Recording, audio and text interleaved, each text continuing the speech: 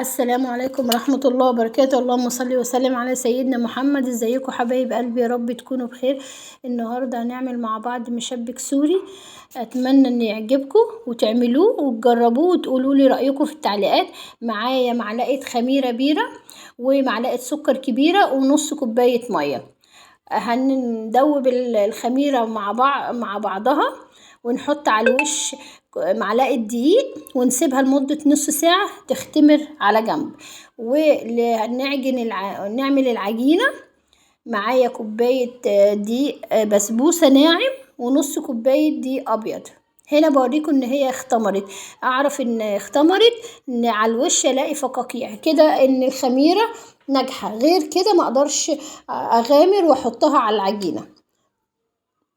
وهجيب معلقة زيت ومعلقتين زبادي كبيرة وهنحطهم على الخميرة، نحط نص، مش هنحط الكمية الخميرة كلها.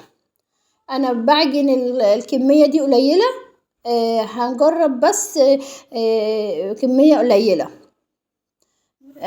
اول مرة انا اعمله معاكم. وهنسيبها لمدة نعجن كويس قوي وهنخليها عجينة طرية، مش سايلة ولا ماسكة، طرية. وهجيب لمدة ساعة، نسيبها تختمر لمدة ساعة. وهنا هجيبها واحطها في كيس حلواني على زيت على النار غزير، وانزل الف بالكيس الحلواني كده حلزوني، هتلاقيها سهلة وجميلة. وهحمرها على الوشين ومعايا العسل الشربات، اول ما تطلع هروح اسقيها بيها. اتمنى ان تعجبكم وتجربوها وتقولوا لي رايكم في التعليقات. وهنا بوريكم ان هي حلوه قوي ومقرمشه